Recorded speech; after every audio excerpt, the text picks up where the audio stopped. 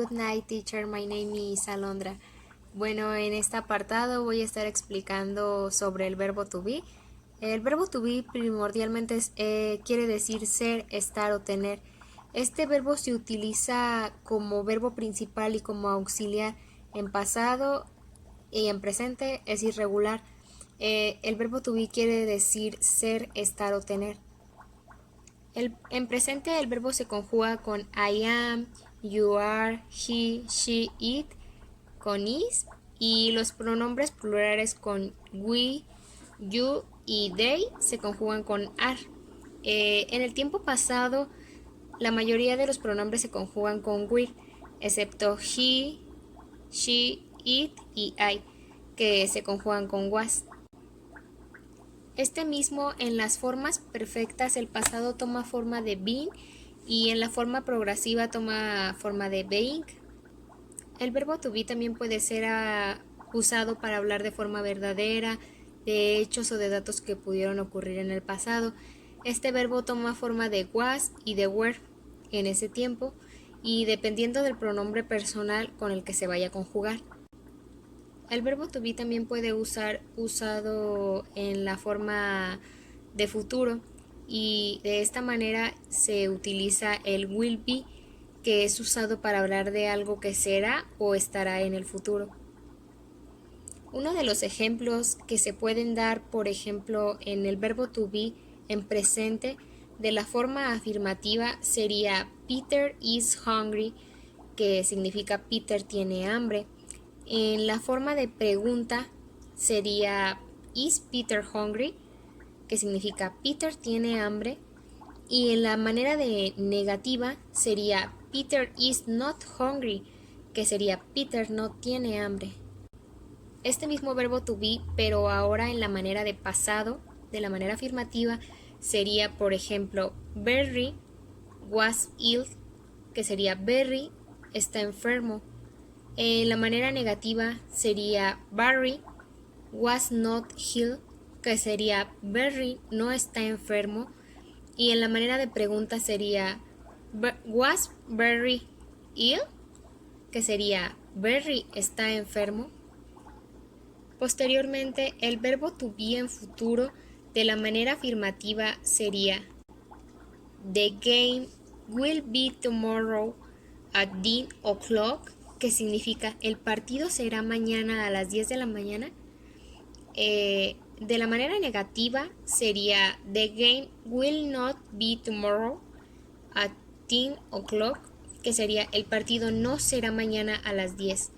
De la manera pregunta sería Will the game be tomorrow at 10 o'clock, que significa el partido será mañana a las 10. Como segundo apartado vamos a estar hablando de el gerundio, que quiere decir que es una forma verbal. Lo que la hace ser particular de las demás o diferente es que ésta tiene una terminación de ing, que nombran actividades en las cuales se coloca un sustantivo. Este mismo puede ser, por ejemplo, Hugging is very good for you. Otro ejemplo sería I look forward to finishing my studies. En este ejemplo anterior se denota esta acción de la terminación del verbo ing, donde dice forward to finishing.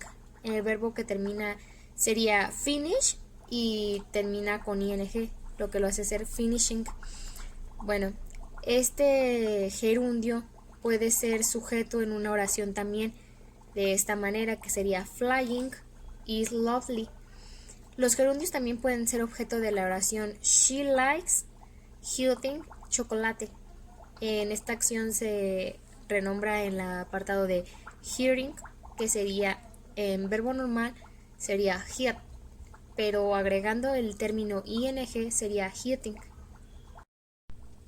El tercer apartado tratará sobre el presente continuo. Este se utiliza para acontecimientos que están ocurriendo en ese instante o en torno a este, en particular con el tiempo para indicar que algo también es temporal o para hablar de situaciones que van cambiando con el transcurso del tiempo o para hablar sobre planes que se tienen pero en el futuro. Bueno, la estructura básica de este tiempo sería somebody, que significa alguien, somewhere, que significa en algún sitio, y something, que sería algo. Tenemos algunos ejemplos de la manera afirmativa, que sería you are talking to somebody. En la manera negativa sería you are not talking somebody. Y en la manera pregunta sería are you talking to somebody. Bueno, en este cuarto apartado se estará hablando sobre la diferencia que existe entre el presente simple y el presente continuo. Una de sus principales diferencias está entre su uso. El presente continuo indica acciones que suceden mientras hablamos. Por lo tanto, el presente simple se utiliza para expresar acciones habituales o situaciones permanentes. Otra de las diferencias es la formación de ambos tiempos verbales. Para el presente simple se usa el verbo en presente, mientras que para el presente continuo se utiliza el verbo auxiliar to be más el gerundio correspondiente, que sería la terminación en ing. Realicé un ejemplo en el cual se puede diferenciar claramente la diferencia entre el presente continuo y el presente simple. En el presente simple, una oración podría ser Peter goes to the supermarket on Sundays, que sería Peter va al supermercado los sábados. En el presente continuo sería Peter is driving to his office now. En este caso quiere decir Peter está conduciendo hacia su oficina ahora.